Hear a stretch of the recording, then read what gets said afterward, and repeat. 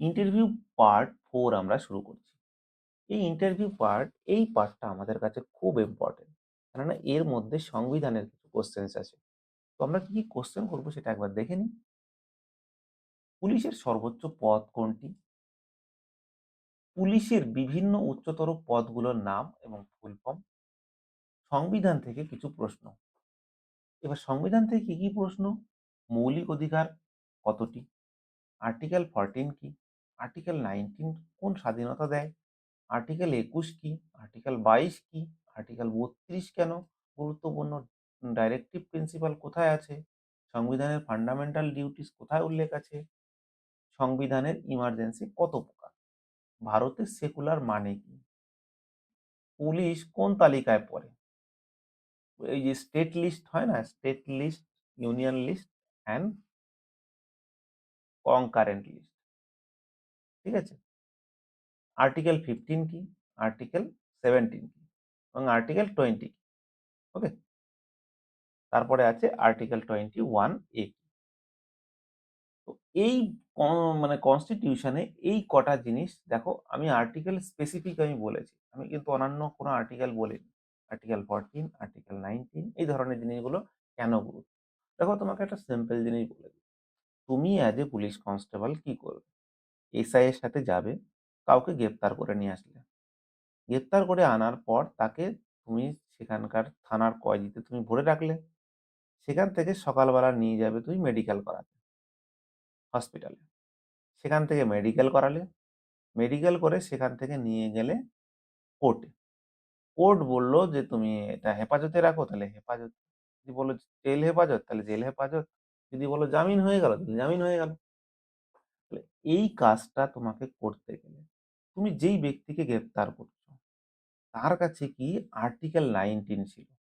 এই আর্টিকেল 19 কি? Freedom of movement.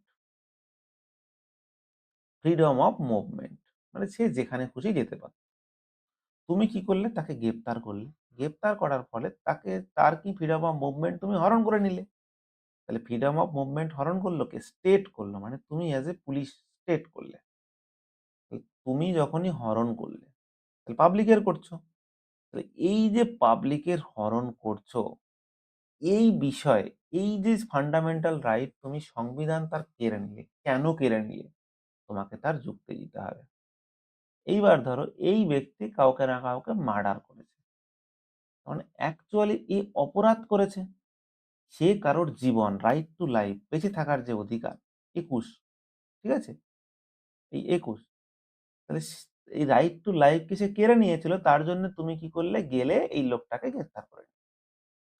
তাহলে অ্যাকচুয়ালি তোমাকে প্রমাণ করতে হবে যে সংবিধান অনুযায়ী এ যেহেতু এই কাজটা করেছে, তাই এর অপরাধ হিসাবে আমাদের বিএনএস আর বা যে ভারত ন্যায় সংহিতা, এই এই অনুযায়ী আমাদের যে আগে ছিল আইপিসি, আর ছিল কি CrPC, criminal code, criminal penal code.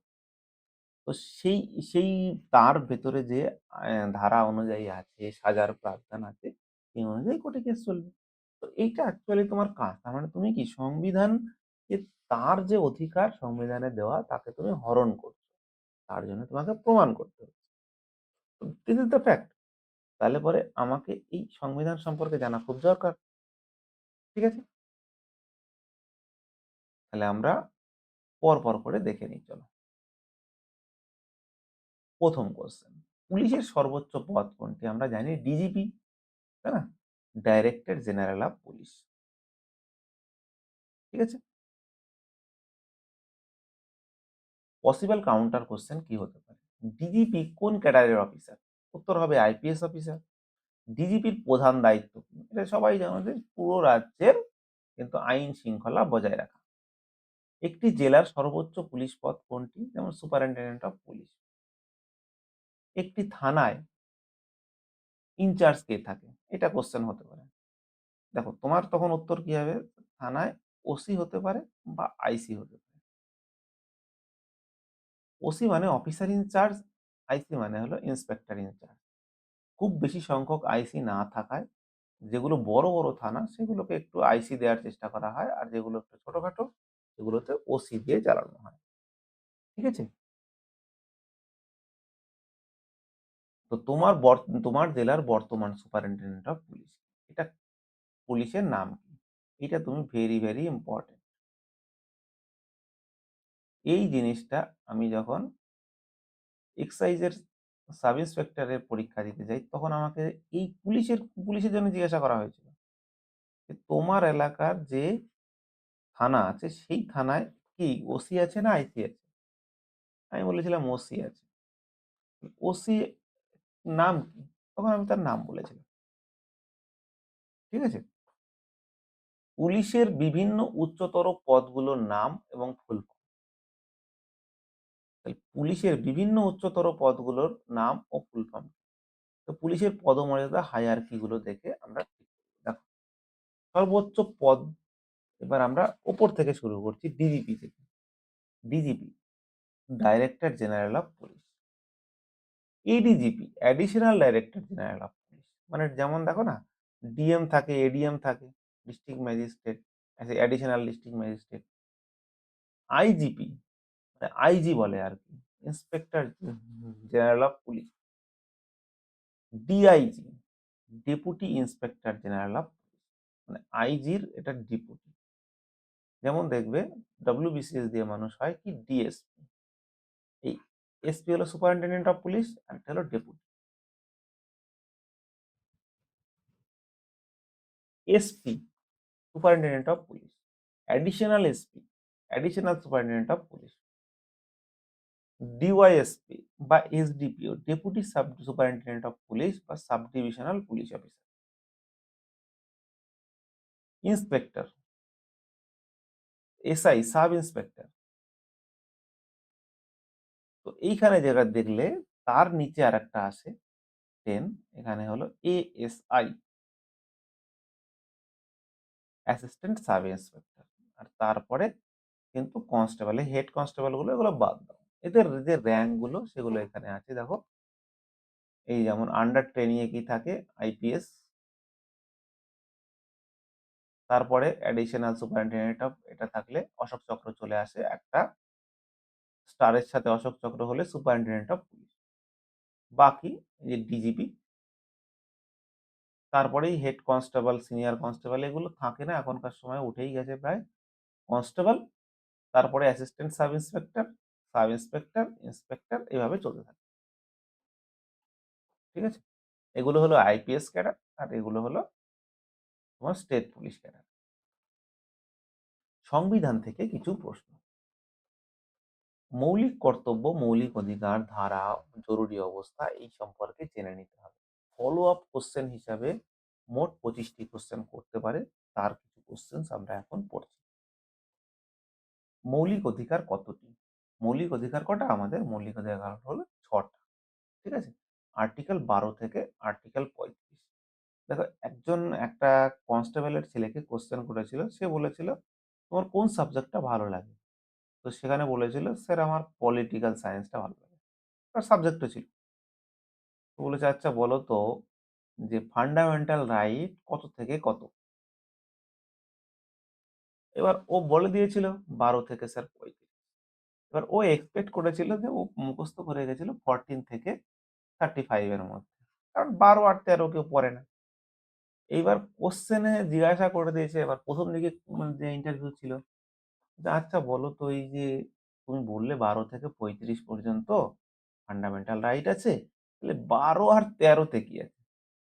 এবার তুমিও দেখা গেল সেই জিনিসটা খুব ভালো করে, যারা দেখছো তোমরাও হয়তো ভালো করে খেয়ালও করোনি যে 12 আর 13 তে কি আছে, কি দরকার আছে। তো এইটা পুলিশের ক্ষেত্রে খুব ভেরি, ভেরি ইম্পোর্টেন্ট, এই কারণেই কোশ্চেনটা করেছিল, এমনি করে। অ্যাকচুয়ালি এই 12 তে বলা আছে definition of state, definition of state, who is state, আর ডেফিনিশন অফ ল। কারণ তোমাদের ল নিয়ে কাজ, আইন নিয়ে কাজ, তার মানে 13 তো তোমাকে জানতেই হবে। তারপরে রইল 12, ডেফিনিশন অফ স্টেট। স্টেট কারা? যারা যে কোনো ভারতবর্ষের যে কোনো সংস্থা, যদি তারা নতুন কোনো আইন, নতুন কোনো রুলস, রেগুলেশন, অ্যাক্ট, বিল, এই ধরনের জিনিস তৈরি করতে পারে, তাহলে তারা কিন্তু স্টেটের মর্যাদায় পড়ে। যেমন তুমি ব্লক ডেভেলপমেন্ট অফিসার, বিডিও একটা স্টেট। এবার তুমি দেখা গেল সিবিআই হয়ে গেলে, সিবিআই একটা স্টেট। তারপরে তুমি দেখা গেল থানার ওসি, ওসি একটা স্টেট। মানে এখানে এই স্টেট মানে রাজ্য নয়। এটা মাথায় রেখো। হ্যাঁ? তাহলে কি হচ্ছে যে যারাই যেমন স্কুলের হেডমাস্টার বলে দিল কালকে অমুক কারণের জন্য আমি ছুটি ঘোষণা করলাম। তাহলে সে কিন্তু একটা স্টেট। মানে আমরা এটাকে কি বলি? Article 12 authority. ঠিক আছে? তাহলে এই আর্টিকেল 12 অথরিটি এটা ভেরি, ভেরি ইম্পোর্টেন্ট, এইটা তোমাকে জানতে চাই। সে কিন্তু করতে পারেনি। সেটা জানি না। তো এই ধরনের কোয়েশ্চেন গুলোকে মানে কিছু কোয়েশ্চেন যেগুলো ট্রিকি থাকে, এই ধরনের কোয়েশ্চেন গুলো জেনে যেতে হয়। ঠিক আছে? কার ক্ষেত্রে কি পড়বে সেটা কেউ জানো না। তো তুমি যদি একটা এই ধরনের যেকোনো কোয়েশ্চেন ছুটে আসতে পারে, তুমি যদি রেডি হয়ে যাও, তোমার ক্ষেত্রে কিন্তু ইন্টারভিউ দেওয়াগুলো ইজি হয়ে যাবে। এই ৬ টা যে মৌলিক অধিকার সেগুলো কি? এক আছে রাইট টু ইকুয়ালিটি, আর্টিকেল ১৪ থেকে ১৮। দেখো এর মধ্যে কিন্তু ১২-১৩ নেই। রাইট রাইট টু ফ্রিডম ১৯ থেকে ২২, রাইট এগেইনস্ট এক্সপ্লয়টেশন ২৩ থেকে ২৪, right two freedom of religion ২৫ থেকে ২৮, cultural and educational right article ২৯ থেকে ৩০। আর আছে right two constitutional remedies. Very, very important. Very, very important. তোমরা ভালো করে যা যেখান থেকে পড়ছো এই আর্টিকেল 32 কিন্তু তোমাদের পরবর্তীতেও জানতে হবে। আমি তোমাকে বলছি এখানে কি হয়, আমি এখান থেকে কিছু জিনিস মুছে দিই তারপর বলছি। আর্টিকেল 32 তোমাদের জন্য ইম্পর্টেন্ট কেন? তুমি কি করলে? তুমি ধরো তোমার ওই ওসি ছিল, তোমার এসআই ছিল, গেলে। হঠাৎ করে তোমার কাছে মনে হলো কোনো একজন সম্ভ্রান্ত লোক বা কোনো মানে কোনো পাওয়ারফুল লোক। সে বলল, "দেখো আমার কথা শোনেনি। এই দোকানদার আমার কথা শোনেনি। একে একটু টাইট দিতে হবে। তুমি একে একটু টাইট দাও।" তুমি কি করলে? যে সিনেমা মুভিতে তুমি দেখতে পাও, সেই জিনিস দেখতে পাবে। সেই লোকটাকে কি করলো? রাস্তা থেকে তুললো। ঠিক আছে? তুলে কি করলো? সে নিয়ে গেল। নিয়ে গিয়ে সে থানায় রেখে দিল কাস্টডি। কাস্টডির নিয়ম কি?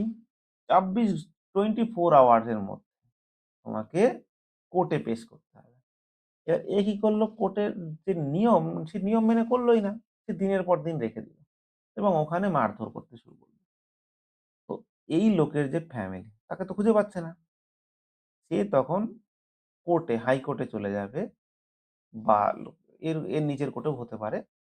তো কোর্টে গিয়ে বলবে যে একে খুঁজে পাওয়া যাচ্ছে না, একে তুলে নিয়ে গেছে আমরা প্রত্যক্ষদর্শী। তো একে কোনো রকম ভাবে কোর্টে পেশ করছে না। এর জন্যে তখন কোর্ট একটা রিট জারি করবে।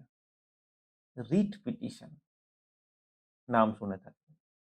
যেই রিট পিটিশন জারি করবে তার নাম হলো হ্যাবিয়াস কর্পাস। ঠিক আছে? Habeas corpus. তাহলে হ্যাবিয়াস কর্পাস যখন জারি করবে তখন কি করবে? এর মানে হলো টু হ্যাভ দ্য বডি। তাহলে তোমাকে সশরীরে হাজির করানো হোক। তখন তোমাকে কিন্তু তুমি যদি পিটিয়ে মেরে থাকো বা কোনো কিছু আহত করে থাকো, তখন তুমি বাধ্য সেই ব্যক্তিকে কোর্টের সামনে হাজির করাতে। যে করেই হোক, পেইনকিলার দিয়ে হোক, যেভাবেই হোক তোমাকে সুস্থ করে নিয়ে যেতে হবে। ওখানে গিয়ে যদি বলে যে আমাকে প্রচুর মেরেছে, ৩ দিন ধরে মারছে, তখন কিন্তু পুলিশ ফেঁসে যাবে। এই যে হাবিয়াস কর্পাস আরো যে রিটস গুলো আছে, ঠিক আছে? সেই রিটস গুলো কিন্তু কোথায় আছে?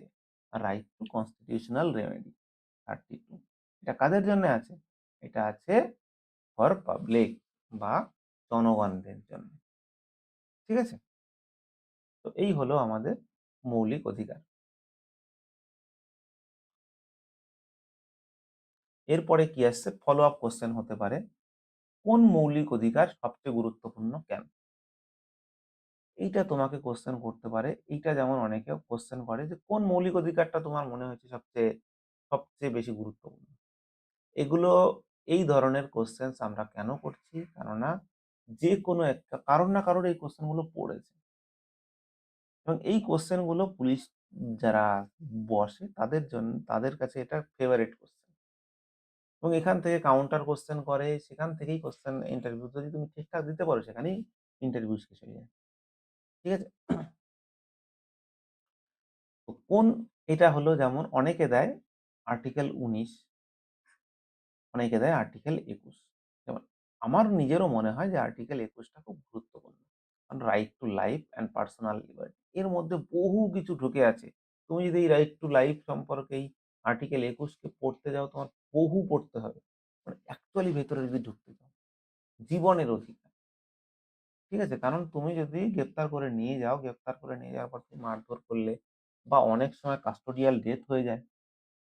সেক্ষেত্রে তাহলে কি তোমার তার রাইট টু লাইফ বেঁচে থাকার, কারণ আমাদের সংবিধান কিন্তু কোনো ব্যক্তিকেই তার রাইট টু লাইফ আছে কিন্তু রাইট টু ডেথ নেই। তার জন্য আমাদের দেশে কিন্তু ইউথ্যানাসিয়া বা ইচ্ছা মৃত্যু নেই। শুধুমাত্র কন্ডিশনাল ইউথ্যানাসিয়া আছে। ওকে? তো এখানে বলে দিয়েছি। ফলো আপ কোয়েশ্চেন কি হতে পারে? কোন মৌলিক অধিকার আদালতে রক্ষা করা যায়? মৌলিক অধিকার বলতেই কিন্তু সব আদালতে রক্ষা করা যায়। এভরি হুম, এই স্যার সব মৌলিক অধিকারই হাইকোর্ট এবং সুপ্রিম কোর্টে এনফোর্স করা যায়। আর্টিকেল ৩২ হলো সুপ্রিম কোর্টের, আর আর্টিকেল ২২৬ এটা হলো হাইকোর্টের। এই দুটি আর্টিকেল নাগরিককে অধিকার রক্ষার শক্তিশালী উপায় দেয়। ফলো আপ কোয়েশ্চেন আবার কি হতে পারে? পুলিশ কোন মৌলিক অধিকার সম্পর্কে সচেতন থাকা উচিত পুলিশের? কোনটা? কারণ ওই পুলিশের কেন মৌলিক অধিকার সম্পর্কে সচেতন থাকা উচিত? এই যে স্যার, কারণ পুলিশ সরাসরি মানুষের সঙ্গে কাজ করে। অনেক সময় কঠিন পরিস্থিতিতে দ্রুত সিদ্ধান্ত নিতে হয়। যাতে কোনো নাগরিকের অধিকার লঙ্ঘন না হয় যেটা তাকে সংবিধান দিয়েছে। সেজন্য পুলিশকে সংবিধানের অধিকার সম্পর্কে জানা অত্যন্ত জরুরি। এবং যত আইপিসি, সিআরপিসি, বিএনএস, যা তৈরি হয়েছে সেটা কিন্তু আমাদের সংবিধানকে বেস করে এই আর্টিকেল গুলো থেকেই তৈরি করা হয়েছে। এখান থেকেই পাওয়ার নেওয়া হয়। ঠিক আছে? মানে তুমি দেখবে একটা কোয়েশ্চেন করা হয় যে তোমাকে মোটর ভেহিকলস, তুমি পুলিশ হলেই কিন্তু তুমি দেখা গেল দাঁড়িয়ে পড়বে। যেই একজন এসআই সাথে থাকবে, যেই দেখা গেল হেলমেট পরেনি তাকে ফাইন করে দিলে ৳১,০০০। তোমাকেও করেছিল, তুমিও মোটামুটি তালে আছো, তুমিও করে দেবে। তোমার কাছে কোয়েশ্চেন হতে পারে না? ও যদি ওর তো রাইট হওয়া উচিত। রাইট টু লাইফ, জীবনের অধিকার। যে ওর তো লাইফ ও হেলমেট পরবে কি পরবে না। ও যদি মরে যায় ওটা ওর লাইফ। তোমার কি আসে যায়? এইখানেই আছে এই রাইট টু লাইফ মানে রাইট টু ২১ এর কথা। তোমাকে এখানে জীবনের অধিকার দিয়েছে। মরার অধিকার তোমাকে দেয়নি। মানে তুমি হেলমেট খুলে যাবে, হুট করে মরে যাবে। এখানে আমাদের দেশের হিউম্যান রিসোর্স ক্ষতি হচ্ছে। তাহলে আমাদের স্টেট কিন্তু এটাকে অ্যালাও করবে না। কারণ দেখবে তুমি যদি সুইসাইড করতে যাও তাতেও তোমার এগেইনস্ট এ কেস হবে। তুমি যদি মরে না যাও তাহলে তোমার এগেইনস্ট এ কেস হবে। ঠিক আছে? তো এই যে এইবার কি হচ্ছে, তুমি হেলমেট না পরে গেলে তোমার লাইফ রিস্কি। তো এইটার জন্য একটা যে ফাইনের জন্য যে আইন বানানো হয়েছে, এই আইনটা বানানো হয়েছে কেন? কারণ আর্টিকেল ২১ এ এটা বলা আছে বলে। এখান থেকে পাওয়ার নিয়েছে যে আমি এটা করতে পারি। ঠিক আছে? ওকে। আর্টিকেল ১৪ কি? আর্টিকেল ১৪ হলো equality before law and equal protection of law. আইনের চোখে সকলেই সমান, যেটা পুলিশের জন্যে সবসময় গুরুত্বপূর্ণ। ঠিক আছে? ফলো আপ কোয়েশ্চেন, পুলিশ কিভাবে আর্টিকেল ১৪ পালন করে? স্যার, পুলিশ কাউকে ধর্ম, জাত, লিঙ্গ, অর্থনৈতিক অবস্থা দেখে আচরণ করতে পারে না। কনস্টেবল হিসেবে আমাদের কাজ হলো আইন অনুযায়ী একদম নন বায়াস ভাবে কাজ করা এবং সব নাগরিককে সমান সুরক্ষা দেওয়া। ঠিক আছে? ফলো আপ কোয়েশ্চেন কি হতে, বায়াস ফ্রি পুলিশিং বলতে কি বোঝো?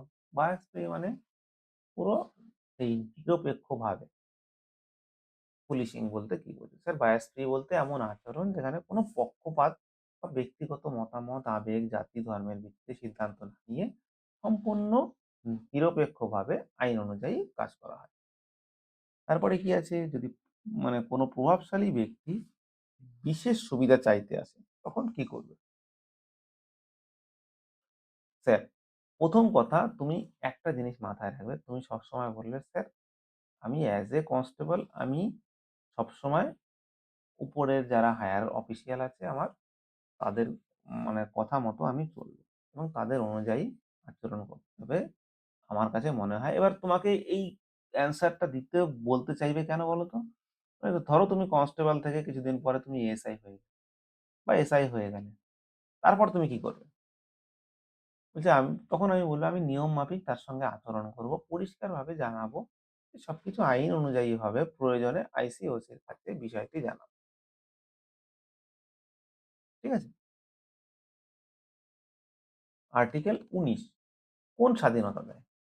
এই যে ভেরি, ভেরি ইম্পোর্টেন্ট আর্টিকেল ১৯ আর আর্টিকেল ২১ দুটো মানে সংবিধানের সবচেয়ে বড় অধিকারদের মধ্যে একটা এবং এর মধ্যে বহু কিছু লেখা আছে। তোমার আমার অনেক কিছু লুকিয়ে আছে। কি আছে? স্যার আর্টিকেল ১৯ নাগরিকদের ৬ টি মৌলিক স্বাধীনতা দেয়। Freedom of speech, freedom of assembly, freedom of association, freedom of movement, freedom of residence আর freedom of practice any profession. এই যেমন ফ্রিডম অফ অ্যাসেম্বলি, স্পিচ তুমি যা খুশি বলতে পারো। তুমি যদি কাউকে গ্রেপ্তার করো সে কিছু বলতে পারবে? ফ্রিডম অফ মুভমেন্ট, তুমি যদি কাউকে গ্রেপ্তার করো তাহলে কি সে মানে মুভ করতে পারবে? ফ্রিডম অফ রেসিডেন্স যেখানে খুশি থাকতে পারবে। সেটা কি করতে পারবে? Freedom of practice any profession. এটা ভেরি, ভেরি ইম্পোর্টেন্ট। এটার থেকে কোয়েশ্চেন আসতে পারে বা এটাকে তুমি প্রিপারেশন হয়ে যাবে। এটা ব্যাপারটা কি আমি একটু সুন্দর করে বলে দিই। ধরো একটা লোক মানে বলছে যে আমি যেকোনো পেশা চয়েস করতে পারি। পেশা চয়েস করতে পারি তার মানে কি? সব পেশা আমি চুজ করতে পারি। ধরো এর আগে 'হাঙ্গামা' নামে একটা সিনেমা এসেছিল বাংলা। সেটা মিঠুন চক্রবর্তীর এবং সেখানে সুমিত গাঙ্গুলী নামে একজন তো ওর কাজ ছিল ও মানে ও ছিল গুন্ডা। তো সে তার বাইরে একটা রেড চার্ট লাগিয়ে তো রেড চার্টে কি ছিল? ফুল মার্ডার ২৫,০০০, হাফ মার্ডার ১২,০০০, ঠ্যাং ভাঙা ৬,০০০, হাত ভাঙা ৫,০০০, হ্যাঁ? তারপরে শুধু পেটানো ৫০০। এইটা বলছে সে তার বলছে আমি জিএসটিও দেব। তাহলে কি এই পেশাটাকে পেশা হিসেবে ধরা হবে? সে তো ব্যবসাই করছে। সে বলছে আমি জিএসটিও দেব। কোনো অসুবিধা নেই। কাজই এটা। এইখানে সংবিধান বলে যে সংবিধান ততক্ষণ পর্যন্ত ভ্যালিড যতক্ষণ না তুমি অন্যের যে আরো যে অধিকার আছে ফান্ডামেন্টাল রাইট সেগুলোকে তুমি ভঙ্গ না করো। কারণ তুমি যদি ফুল মার্ডার করে দাও, রাইট টু লাইফ আরেকজনের নিয়ে নিচ্ছ। কারণ তুমি ভায়োলেট করছো। সেই অনুযায়ী তোমার বিএনএসএস অনুযায়ী সাজা প্রাপ্তির প্রাবধান আছে। ওকে? ফলো আপ কোয়েশ্চেন কি হতে পারে? সেকশন 144 জারি হলে কোন স্বাধীনতা সীমিত হয়? তোমরা জানো 144 জারি হলে কি একসঙ্গে যাওয়া যায় না। তাই না? অ্যাসেম্বলি এবং মুভমেন্ট স্বাধীনতা সীমিত। যেখানেই কোনো এক জায়গায় কেউ জড়ো হয় 144 লাগে। আমাদের এই মানে এখন তো আমাদের বর্তমান সরকারের এটা একটা হ্যাবিচুয়াল মানে পদ্ধতি হয়ে গেছে। যেকোনো জায়গায় ঝামেলা হলো সেখানে 144 লাগে। ফলো আপ কোয়েশ্চেন কি হতে পারে? কোন পরিস্থিতিতে আর্টিকেল 19 সীমিত হতে পারে? Public order, national security, morality.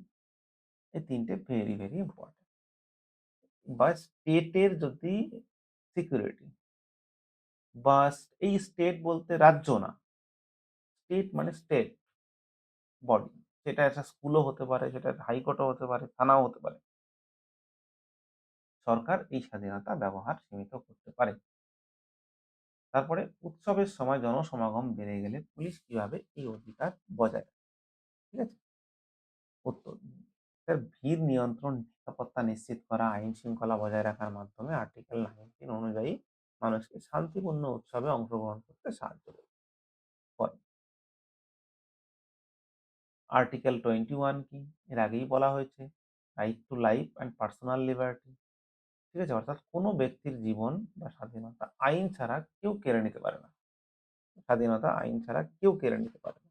এটি সংবিধানের সবচেয়ে বিস্তৃত এবং গুরুত্বপূর্ণ অধিকার। এই রাইট টু লাইফ কে নিতে পারে? শুধুমাত্র স্টেট নিতে পারে। অন্য যে কোনো ব্যক্তি নিলে তার এগেইনস্ট এ কিন্তু কেস হয়। কাস্টোডিয়াল টর্চার কি? আর্টিকেল এই যে কাস্টোডিয়াল টর্চার কি আর্টিকেল ২১ এর লঙ্ঘন? তুমি দেখা গেল কাউকে গ্রেফতার করে নিয়ে আসলে তোমাকে পেটানোর জন্য দেয়া হলো বা তুমি মারলে। সেটা কি আর্টিকেল এই যে রাইট টু লাইফ জীবনের অধিকার সেটা কি লঙ্ঘন নয়? বাট তুমি জানো কথা তো কিছু বের করতেই হবে তুমি এনকোয়ারি করবে। সেটা তো কাস্টোডিয়াল ডেথ প্র্যাকটিক্যাল ক্ষেত্রে কিন্তু হতেই থাকে কাস্টোডিয়াল টর্চার। কিন্তু অ্যাকচুয়ালি কনস্টিটিউশন কি বলছে? কাস্টোডিয়াল টর্চার সম্পূর্ণভাবে আর্টিকেল ২১ লঙ্ঘন করে এবং নিষিদ্ধ। পুলিশকে সর্বদা মানবিক আচরণ করতে হবে এবং আইন অনুযায়ী কাজ করতে হবে। তোমাকে বলতেও হবে এটা। ঠিক আছে? ফলো আপ কোয়েশ্চেন কি হবে? গ্রেপ্তারের সময় কোন নিয়ম মানতে হয়? কি হয়?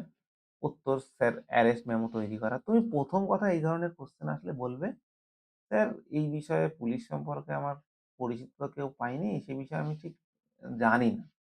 তখন তোমাকে বলবে যে কিভাবে কাজ হয়? তুমি কি আইডিয়া করেছো? পুলিশে তো আসতে চাইছো। কি কাজ করবে তার একটা আইডিয়া তো দরকার। তারপর বলবে অ্যারেস্ট মেমো তৈরি করা। মানে একজন ব্যক্তিকে অ্যারেস্ট করতে যাবে। ১ম কথা লেডি হলে সন্ধ্যার পরে যাবে। সন্ধ্যার পরে হবে না। বাট তোমাকে কাস্টডিতে রাখা যাবে না। কোর্টে করে দিতে হবে। সেখানে একজন লেডি অফিসার থাকবে। সেখানে গ্রেপ্তার করবে। গ্রেপ্তার করার পর তার ফ্যামিলির লোককে জানাবে। সেখানে একটা অ্যারেস্ট মেমো তৈরি করবে বা অর্ডার মানে সেটাকে বলা হয় কি ডিটেইন করার জন্যে বা অ্যারেস্ট করার জন্যে অ্যারেস্ট মেমো তৈরি করবে। সেটাকে সই করাবে। সই করিয়ে তারপর তাকে নিয়ে চলে আসবে। ২৪ ঘন্টার মধ্যে দেবে এবং সকালবেলা মেডিকেল করাবে তারপর ২৪ ঘন্টার মধ্যে কোর্টে হাজির। এই কটার একটাও যদি ভায়োলেট হয় তাহলে সেটাকে বলা হয় আরবিটারি অ্যারেস্ট। Arbitrary arrest. তো এইটার এগেইনস্ট কি হয় কিন্তু কোর্টে আপিল করা যায়। কোর্টে কিন্তু আপিল করবে যে ঠিকঠাক অ্যারেস্ট করেনি। ঠিক আছে? তারপরে কি কোয়েশ্চেন বলছে? যদি কোনো নাগরিক অভিযোগ করেন যে পুলিশ তার স্বাধীনতা লঙ্ঘন করেছে, তাহলে কি করবে? স্যার অভিযোগটি গুরুত্ব সহকারে গ্রহণ করব, আইসি ওসি স্যারকে জানাবো, তদন্ত হবে এবং আইন অনুযায়ী ব্যবস্থা নেওয়া হবে। তুমি সবসময় মাথায় রাখবে তুমি সবসময় ডিসিশন নেবে না। কারণ তুমি আজকে কনস্টেবল। ঠিক আছে? কোয়েশ্চেন নাম্বার 5 আর্টিকেল 12 কি? আর্টিকেল 22 কি? আর্টিকেল 22 কি বলছে যে গ্রেপ্তার ও আটক সংক্রান্ত সুরক্ষা দেয়। এই আর্টিকেল অনুযায়ী গ্রেপ্তারের কারণ জানাতে হবে। আইনজীবীর সাহায্য পাওয়ার অধিকার আছে। গ্রেপ্তারের ২৪ ঘন্টার মধ্যে আদালতে পেশ করতে হবে। এবং এই যে আর্টিকেল ২২ আমি তোমাকে কিছুক্ষণ আগে বললাম না? যে গ্রেপ্তার কিভাবে করতে হবে? কিভাবে গ্রেপ্তার করা যাবে না সেটা সম্পর্কে বা কিভাবে গ্রেপ্তার করা যাবে সেই সম্পর্কে বলা আছে। গ্রেপ্তারের কারণ জানাতে হবে, আইনজীবীর সাহায্য নিতে পারবে, ২৪ ঘন্টার মধ্যে আদালতে যেতে হবে। এই জিনিসগুলো ঠিক আছে? করতে হবে। ফলো আপ কোয়েশ্চেন এখান থেকে আসে প্রিভেন্টিভ ডিটেনশন। এইটা কি? প্রিভেন্টিভ ডিটেনশন কি? স্যার প্রিভেন্টিভ ডিটেনশন মানে হলো অপরাধ ঘটার আগে প্রতিরোধমূলক আটক। যাতে কোনো ব্যক্তি দেশের নিরাপত্তা, জনশৃঙ্খলা বা সমাজের শান্তির বিরোধী কাজ না করতে পারে। যেমন ধরো ৩৭০ যখন অ্যাব্রোগেট করা হয়, তার আগে ওইখানকার যারা মুখ্যমন্ত্রী ছিল, যারা লিডার ছিল, মেহবুবা মুফতি ছিল, সবাইকে কিন্তু হাউস অ্যারেস্ট করা হয়েছিল। এটাকে বলা হয় প্রিভেন্টিভ ডিটেনশন। যারা বাইরে আসলে ঝামেলা হতে পারে। গ্রেপ্তারের পর পুলিশের ১ম কাজ কি? এটা তো কোশ্চেন আমরা বলেই দিলাম অ্যান্সার। ২৪ ঘন্টার মধ্যে আদালতে পেশ করতে হবে, অ্যারেস্ট মেমো তৈরি করা, পরিবারের সদস্যকে জানানো, মেডিকেল চেকআপ করানো এগুলো। তো ফলো আপ কোয়েশ্চেন 3 পুলিশের কাজ কিভাবে আর্টিকেল 22 এর সঙ্গে সম্পর্কিত। ফলো আপ কোয়েশ্চেন 3 পুলিশের কাজ কিভাবে আর্টিকেল 22 এর সঙ্গে সম্পর্কিত। এইটা তো এত কোশ্চেন করার পর এটা তো বুঝতেই পারছো। গ্রেপ্তারের সময় নিয়ম মেনে কাজ করলে নাগরিকের অধিকার রক্ষা হয়। পুলিশের প্রতি মানুষের আস্থা বাড়ে। তাই আর্টিকেল 22 পুলিশিং এর একটি গুরুত্বপূর্ণ মূল ভিত্তি। এর পরের কোশ্চেনে আমরা যাচ্ছি আর্টিকেল ৩২ কেন গুরুত্বপূর্ণ? এটা সম্পর্কে আমি ভালো করে বলে দিয়েছি। কারণ এখানেই কিন্তু কনস্টিটিউশনাল যে রেমেডি, সেই রেমেডি গুলো আছে। স্যার আর্টিকেল ৩২ হলো রাইট টু কনস্টিটিউশনাল রেমেডি। এবং এইটা নিয়ে কোয়েশ্চেন করতে পারে কোনটাকে হার্ট অ্যান্ড সোল বলেছিলেন বি.আর. আম্বেদকর। ঠিক আছে? ফলো আপ কোয়েশ্চেন, রিট কত প্রকার? রিট ৫ ধরনের রিট হয়। কি, কি হয়? Habeas corpus, mandamus, certiorari, prohibition, quo warranto. এবং এই মানে প্রত্যেকটা রিট সম্পর্কে ভালো করে জেনে যাবে। ওকে? এই যে হ্যাবিয়াস কর্পাস কখন হয়? কি? স্যার কাউকে অবৈধভাবে আটক বা জোর করে আটকালে তাকে মুক্ত করার জন্য হ্যাবিয়াস কর্পাস করা হয়। কনস্টেবলের কাছে আর্টিকেল কনস্টেবলের কাজে আর্টিকেল ৩২ কেন গুরুত্বপূর্ণ?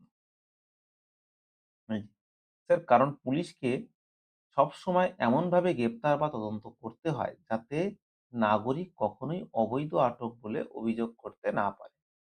পুলিশের সব কাজ আর্টিকেল ২১, আর্টিকেল ৩২ এর অধীনে ন্যায়সঙ্গত হতে হবে। ঠিক আছে? তারপরে কি ডাইরেক্টিভ প্রিন্সিপাল কোথায় আছে? The directive principle of state policy সংবিধানের পার্ট 4 অর্থাৎ আর্টিকেল 36 থেকে আর্টিকেল 51 পর্যন্ত উল্লেখ আছে।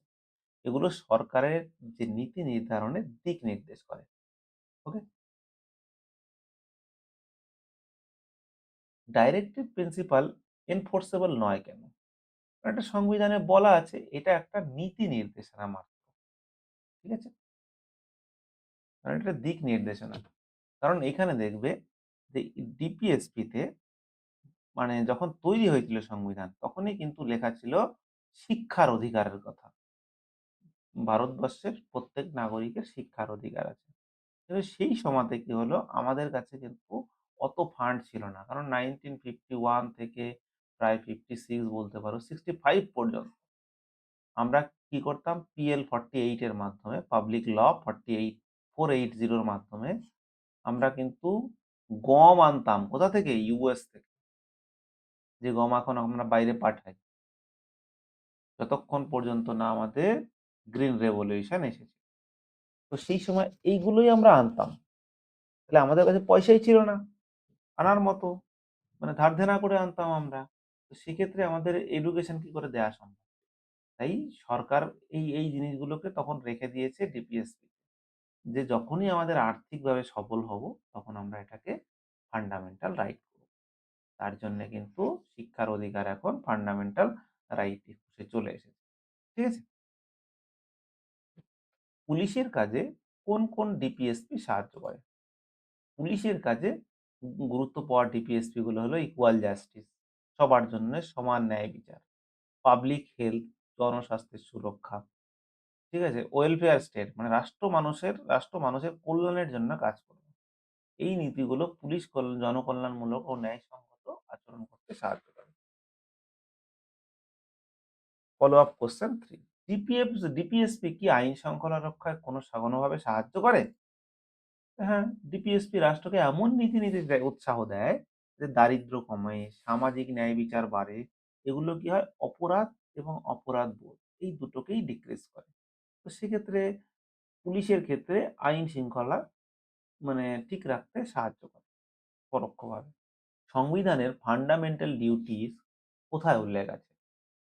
কোথায় আছে আমরা জানি যে ৫১ তে উল্লেখ করা হয়েছে। কারণ এটা ডিউটিজ এর কথা বলা হয়েছে 1975-76 এ যখন 76 বলা হয়, হ্যাঁ? তো সেই সময়ে যে এমার্জেন্সি চলছিল তখন কিন্তু এই ফান্ডামেন্টাল ডিউটিকে ঢোকানো হয়েছে। এবং এটা কোথা থেকে নেয়া হয়েছে? এটা রাশিয়া থেকে নেয়া হয়েছে। তাহলে ফান্ডামেন্টাল ডিউটিতে কতগুলো আছে? ১১ টি মৌলিক কর্তব্য রয়েছে। যা নাগরিকদের দেশের প্রতি দায়িত্ব মনে করিয়ে দেয়। এটা কিন্তু বাউন্ড নয়, করতেই হবে না কিন্তু এটা একটা কর্তব্য। তোমার করা উচিত। You should. যেমন যেমন কি ন্যাশনাল অ্যানথেমকে সম্মান করা। ন্যাশনাল অ্যানথেম চলছে, তো সেখানে তুমি চুপচাপ যদি বসে থাকো তাহলে সেটা অপমান করা হয়। কোন ফান্ডামেন্টাল ডিউটি পুলিশ সবচেয়ে বেশি মেনে চলে? কোন ফান্ডামেন্টাল ডিউটি? কি আছে? যে জাতীয় আদর্শ রক্ষা করা। সংবিধান, আইন এবং জাতীয় আদর্শ রক্ষা করা। এটি পুলিশের সবচেয়ে বেশি মেনে চলে। পুলিশের মূল কাজই হলো আইন রক্ষা করা এবং আইন অমান্যকারীদের বিরুদ্ধে ব্যবস্থা নেওয়া। তারপরে কি আছে? জাতীয় পতাকাকে সম্মান করার কর্তব্য কোনটি? এটা ৫১ এ। যেখানে বলা হয়েছে জাতীয় পতাকা, জাতীয় সঙ্গীত এবং সংবিধানকে সম্মান করতে হবে। ঠিক আছে? তারপরে ফান্ডামেন্টাল ডিউটিস এনফোর্সেবল কি? এনফোর্সেবল মানে হলো এটা কি কোর্ট যদি বলে এটা তোমাকে করতেই হবে তখন কি করতে পারো? করতে হবে?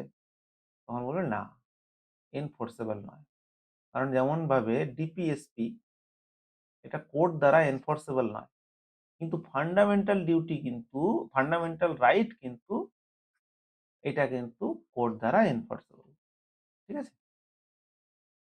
এই যে এনফোর্সেবল নয়। তবে নাগরিকদের নৈতিক দায়িত্ব হিসেবে এগুলো পালন করতে এবং অনেক ক্ষেত্রে আইন তৈরি করে এগুলো রক্ষা করা হয়। সংবিধানের ইমার্জেন্সি কত প্রকার? স্যার ইমার্জেন্সি মোট ৩ প্রকার। ন্যাশনাল এমার্জেন্সি ৩৫২, স্টেট এমার্জেন্সি যখন তুমি বলবে তখন কিন্তু ৩ টেই খুব ভালোভাবে আর্টিকেল ধরে, ধরে বলবে। এই ধরনের কোয়েশ্চেন আসে। National emergency article ৩৫২, state emergency ৩৫৬, financial emergency ৩৬০। ঠিক আছে? Follow up questions 1 president rule কখন জারি হয়? স্যার যখন রাজ্যে সাংবিধানিক মানে যন্ত্রণা না, এটা হলো যন্ত্র। যন্ত্র বা গঠন, সাংবিধানিক যে ব্যবস্থা এটা ভেঙে পড়ে। অর্থাৎ সরকার সংখ্যাগরিষ্ঠতা হারায়, প্রশাসন চলতে পারে না। তখন আর্টিকেল ৩৫৬ অনুযায়ী প্রেসিডেন্ট রুল জারি হয়। ঠিক আছে? ফলো আপ কোয়েশ্চেন 2 ইমার্জেন্সিতে ফান্ডামেন্টাল রাইট বন্ধ হয় কি? স্যার ইমার্জেন্সিতে সব অধিকার বন্ধ হয় না। কারণ রাইট টু লাইফ জীবনের অধিকারকে তুমি কোনোভাবেই বন্ধ করা সম্ভব না। তুমি আর্টিকেল ১৯ কে বন্ধ করতে পারো। কিন্তু ইমার্জেন্সি লাগলেও আর্টিকেল ২১ কে তুমি বন্ধ করতে পারো না। এই যেমন আর্টিকেল ২০ এবং ২১ কখনো সাসপেন্ড করা যায় না। ফলো আপ কোয়েশ্চেন ৩ পুলিশের ওপর ইমার্জেন্সি কি প্রভাব ফেলে? স্যার ইমার্জেন্সিতে পুলিশের ওপর বাড়তি দায়িত্ব থাকে। আইন শৃঙ্খলা বজায় রাখা, কারফিউ মানানো, ভিড় ও দাঙ্গা নিয়ন্ত্রণ, এসেনশিয়াল সার্ভিস নিশ্চিত করা এগুলো একটু বেশি প্রেশার থাকে। এরপরে চলে যাচ্ছি চলো কোয়েশ্চেন নাম্বার ১০ সংবিধান কার্যকর হয় কবে? ডেট জানতে চাইছে।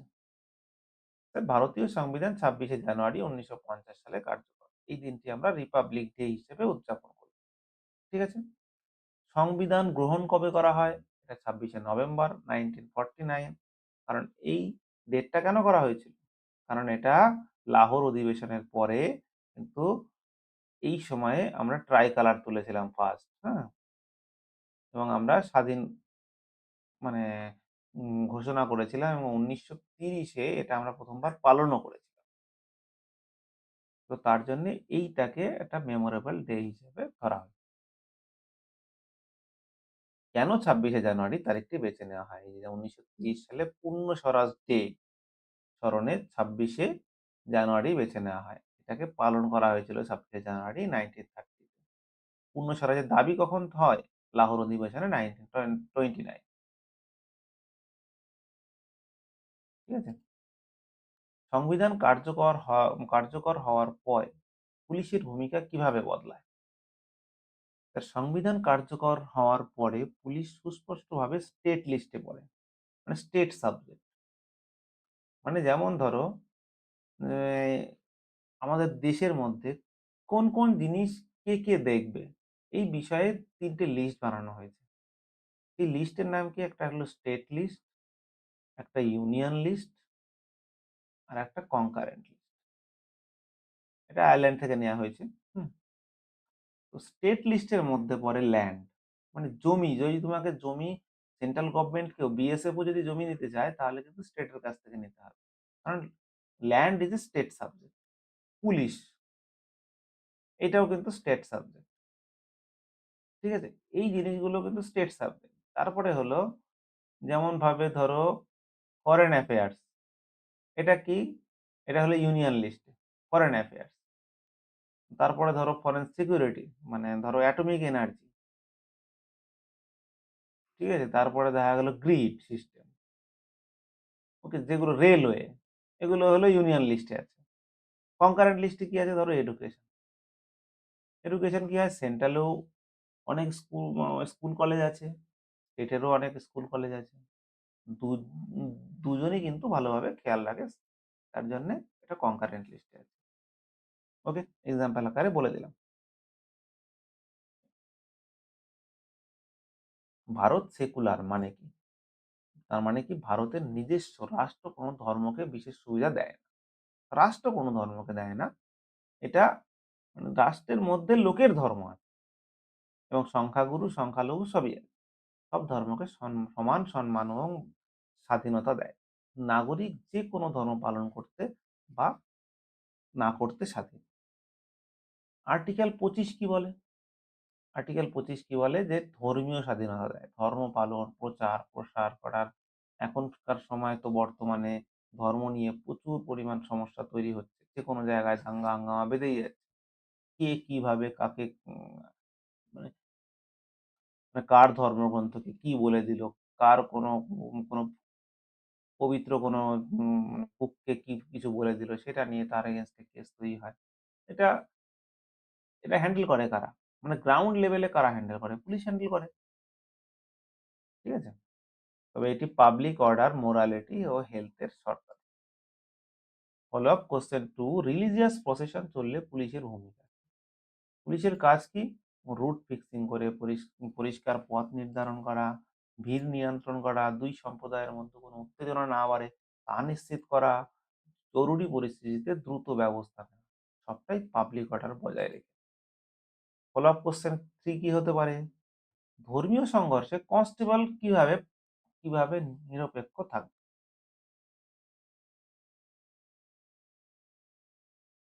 ঠিক আছে?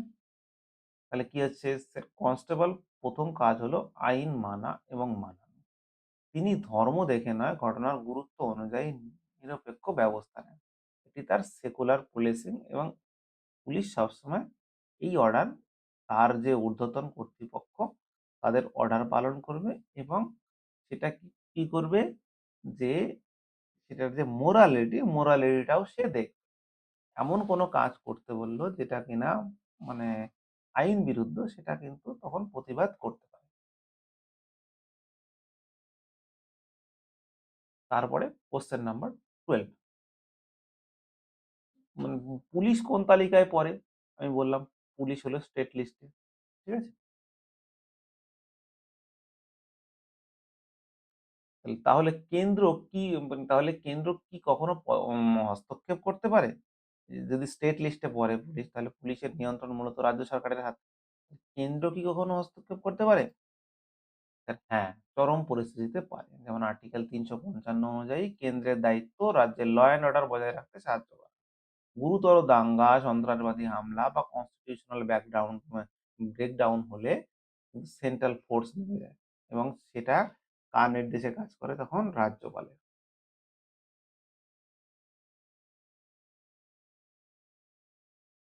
কমিশনারেট সিস্টেম কেন দরকার হয়? এর আগে আমরা বলে দিয়েছি, কারণ খুব ইজি হয়ে যায়।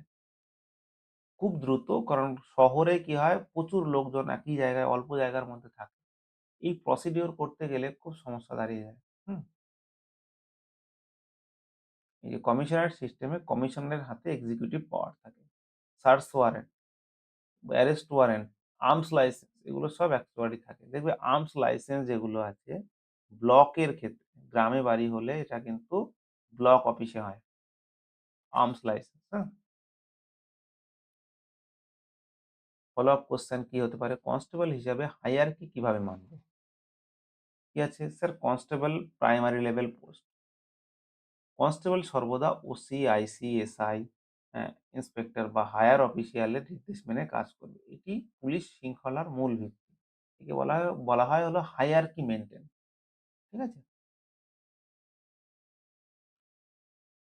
তারপরে 13, আর্টিকেল 13 এ আর্টিকেল 15 কি? Very important. আর্টিকেল 14 আর 15 আমরা কি বলেছিলাম? Right to equality. Sir, article 15 হলো ধর্ম, জাত, বর্ণ, লিঙ্গ, জন্মস্থান ইত্যাদির ভিত্তিতে বৈষম্য নিষিদ্ধ করে। এটি ইকুয়ালিটি নিশ্চিত করে। মানে তোমাকে বলল, হঠাৎ করে তোমরা শুনলে কোনো গ্রুপ যে একটা মন্দিরে যারা দেখা গেল নিচু সম্প্রদায় তাদেরকে ঢুকতে দেওয়া হচ্ছে না শিব মন্দিরে বা কোনো কিছুতে। তাহলে তোমরা তোমাদের এখান থেকে তোমার কি ডিসিশন হবে? তুমি ওখানে গিয়ে তোমার ওসি বা আইসি কে তুমি কিভাবে হেল্প করতে পারো এটা সম্পর্কে জানতে চাইতে পারে। তুমি তোমার প্রেক্ষাপট দিলে। এটা আমি জানাতে চাইবো উভয় পক্ষের সাথে কথা বলা, হ্যাঁ, আইন সম্পর্কে কয়েকটা যদি আমার জানা থাকে সেই বিষয়ে বলা, বা ওখানকার কমন যদি পাবলিক হয় তাদের সাথে কথা বলার চেষ্টা করা। ঠিক আছে? এক্ষেত্রে আমি তাকে এবং আমার যে ভিড় নিয়ন্ত্রণ থেকে শুরু করে সমস্ত কিছু তাকে প্রোটেক্ট করা, এক্ষেত্রে আমি হেল্প করতে পারি। কেউ কাস্ট ইনসাল্ট করলে পুলিশ কি ব্যবস্থা নেবে? কাস্ট ইনসাল্ট করলে বা হিউমিলিয়েশন করলে কি হয়? এসসি/এসটি প্রিভেনশন অ্যাট্রসিটি অ্যাক্ট লাগানো হয়। পাশাপাশি ইন্ডিয়ান পেনাল কোড এখন ভারত ন্যায় সংহিতা ধরা হয়, উভয়ে প্রয়োগ করা হতে পারে। এটি নন বেলেবল ও গুরুতর অপরাধ। ইকুয়াল পুলিশিং বলতে কি বোঝেন? স্যার, ইকুয়াল পুলিশিং মানে হলো ধর্ম, বর্ণ, রাজনৈতিক মত, আর্থিক অবস্থা কিছুই না দেখে নয়, একজন কনস্টেবল সব নাগরিককে সমান গুরুত্ব, সমান সুরক্ষা এবং সমান আচরণ করবে। যদি অভিযোগকারী খুব খুব দরিদ্র বা অশিক্ষিত হয়, স্যার, আইন অনুযায়ী সব নাগরিক সমান। দরিদ্র বা অশিক্ষিত মানুষের কথা আরো ধৈর্য সহকারে শুনবো, এফআইআর লিখতে সহায়তা করব এবং সিনসিয়ারলি, আনবায়াসলি এনকোয়ারি করব। এটি আর্টিকেল 15 বজায় রাখা। ঠিক আছে? আর্টিকেল 17 কি? আর্টিকেল 17 বলছে আনটাচেবিলিটি সম্পূর্ণ বিলুপ্ত হয়ে গেছে, প্রায় আনটাচেবিলিটি এখনো কিছু কিছু জায়গায় শোনা যায়। এটি একটি সামাজিক অপরাধ এবং সংবিধানে এই ধরনের বৈষম্যকে কঠোরভাবে নিষিদ্ধ করেছে। আনটাচেবিলিটি লঙ্ঘন হলে কোন আইন প্রয়োগ করা যায়? এই ধরনের মানে এই যে প্রোটেকশন অফ সিভিল রাইট 1955, এগুলো তোমাদের খুব ভেতরে ঢুকে যাচ্ছে, বা এসসি/এসটি অ্যাট্রসিটি অ্যাক্ট, এটা সবচেয়ে কমন। এইটা তুমি বলতেই পারো, কারণ এইটা তোমার যে কোনো এক্সামে তোমাকে এটা মাথায় রাখতে হবে। তুমি এক্সামের জন্য পড়েছো, তার বাইরে ভেতরে পড়োনি। তাহলে এসসি/এসটি অ্যাট্রসিটি অ্যাক্ট, এটা নিয়ে প্রচুর পরিমাণ খবরের কাগজে আসে, সেটা তুমি বলতেই পারো। মানে পুলিশ এই ক্ষেত্রে কি কি পদক্ষেপ নেয়? দেখ, ভুক্তভোগীর লিখিত বা মৌখিক অভিযোগ গ্রহণ করা হয়, এফআইআর রেজিস্টার, অভিযুক্তকে আইনের ধারা অনুসারে গ্রেপ্তার, তারপরে ফ্রেশ আনবায়াস এনকোয়ারি, ভুক্তভোগীর সিকিউরিটি নিশ্চিত করা।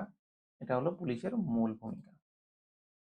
ফলো আপ কোশ্চেন কি হতে পারে? যদি ভুক্তভোগী অভিযোগ করতে ভয় পান, যদি ভুক্তভোগী অভিযোগ না করেন, করতে না চান, বহু ক্ষেত্রেই হয়, তো স্যার আমি তার পরিচয় গোপন রেখে বা উইটনেস প্রোটেকশন বা মানে আইনগত অধিকার সম্পর্কে বোঝানোর মাধ্যমে তাকে সাহস দেবো বা তার পরিচয় গোপন রাখবো। ওকে? আর্টিকেল 20 কি? আমরা আর্টিকেল 22 পড়লাম, 21, 19 সব পড়ে ফেললাম, 25 পড়েছি, আর্টিকেল 14, 15 পড়ে ফেলেছি, 12, 13 পড়ে ফেলেছি। এবার আর্টিকেল 20। আর্টিকেল 20 তিনটি গুরুত্বপূর্ণ প্রোটেকশন দেয়। ডাবল জিওপার্টি, একই অপরাধে দুবার শাস্তি নয়। সেলফ ইনক্রিমিনেশন, কাউকে নিজের বিরুদ্ধে জোর করে স্বীকারোক্তি করানো যাবে না। এক্স পোস্ট ফ্যাক্টো ল, মানে আগের আইনে অপরাধ না হলে শাস্তি হবে না। মানে আমি একটা তোমাকে মানে বাস একটা এই বলছি। ধরো মানে আমি একটা এক্সাম্পল নিচ্ছি এখানে। যদি কোনো এমন, যেমন ধনঞ্জয় নামে একজনের ফাঁসি হয়েছিল। বহু একটা সময় বিশাল পপুলার ছিল, বা যেকোনো একজন ব্যক্তিকে। তো তার আগে, তার ফাঁসি হওয়ার আগে সে ১৩ বছর জেলে ছিল। ১৩ মোটামুটি ওই ধরনের হবে। এক্সাক্ট মনে নেই। তো তখন কোয়েশ্চেন করা হয়েছিল যে এই ১৩ বছরটা মানে যাবজ্জীবন। তাহলে একটা লোক একটাই অপরাধ করেছে। সে একটা রেপ কেস বা মানে কোনো একটা সমস্যার জন্যে তার হয়েছিল। তো সে ১৩ বছর জেল খাটলো। তারপর আবার ফাঁসিও হলো।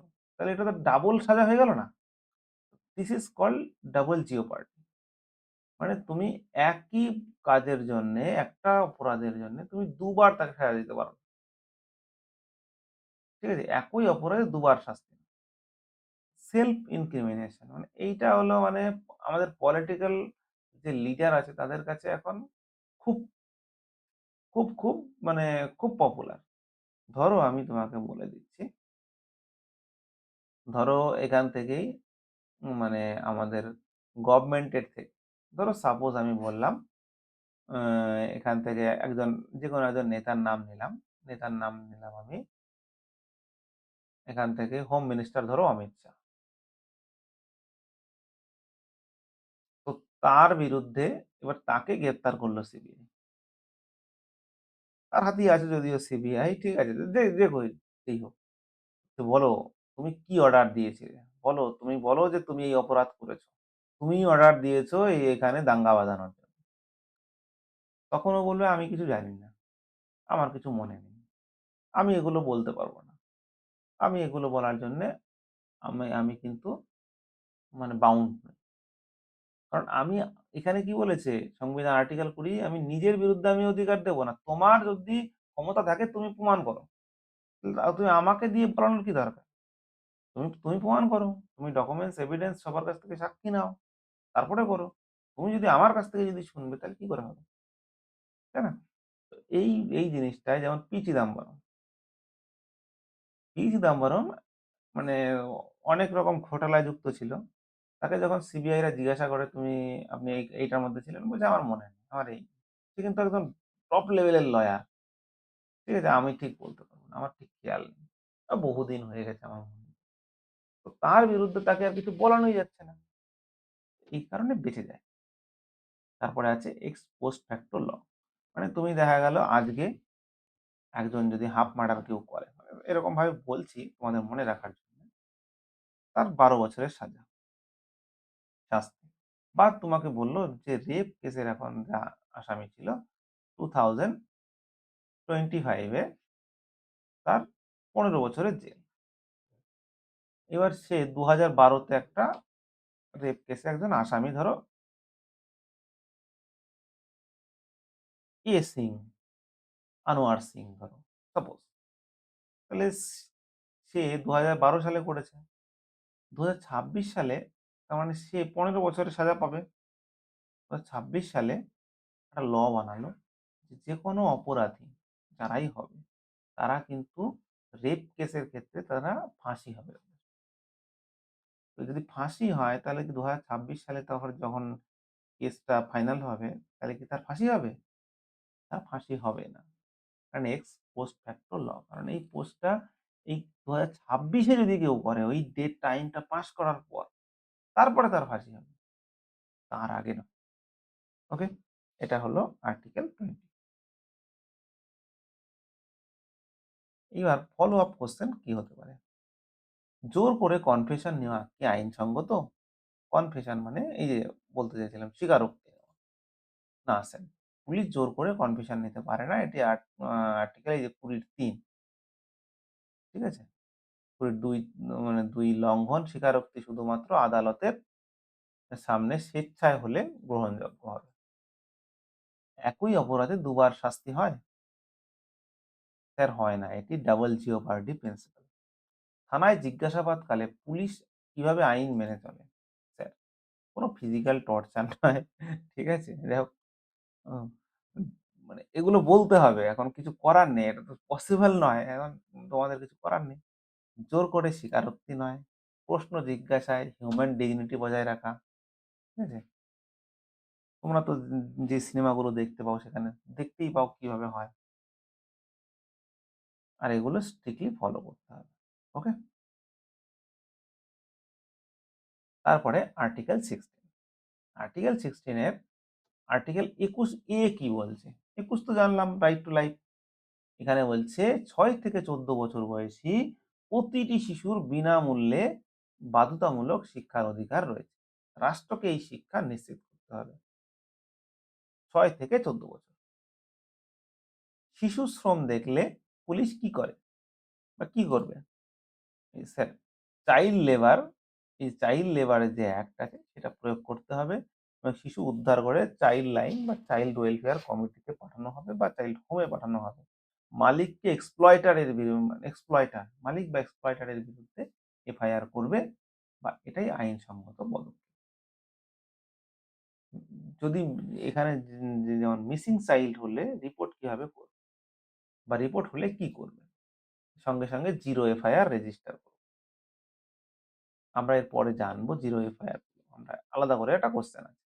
CCTV, witness, mobile location, child line, anti human trafficking ইউনিটকে জানাবো। পরিবারকে নিয়মিত আপডেট দেব। কারণ শিশু সংক্রান্ত মামলায় প্রতিটি মিনিট গুরুত্বপূর্ণ। ঠিক আছে? ফলো আপ কোয়েশ্চেন কি হতে পারে? যদি পরিবারের লোকজন খুবই আতঙ্কিত হয়, স্যার আমরা এখানে আমি না বলে আমরা তাদেরকে আশ্বস্ত করব, আইনগত প্রক্রিয়া বুঝিয়ে বলবো, দ্রুত পদক্ষেপ নিচ্ছি তা জানাবো। এবং এটা সবই কিন্তু করবে এসআই, এএসআই বা ওসি অর আইসি স্যারের অর্ডার অনুযায়ী। ঠিক আছে?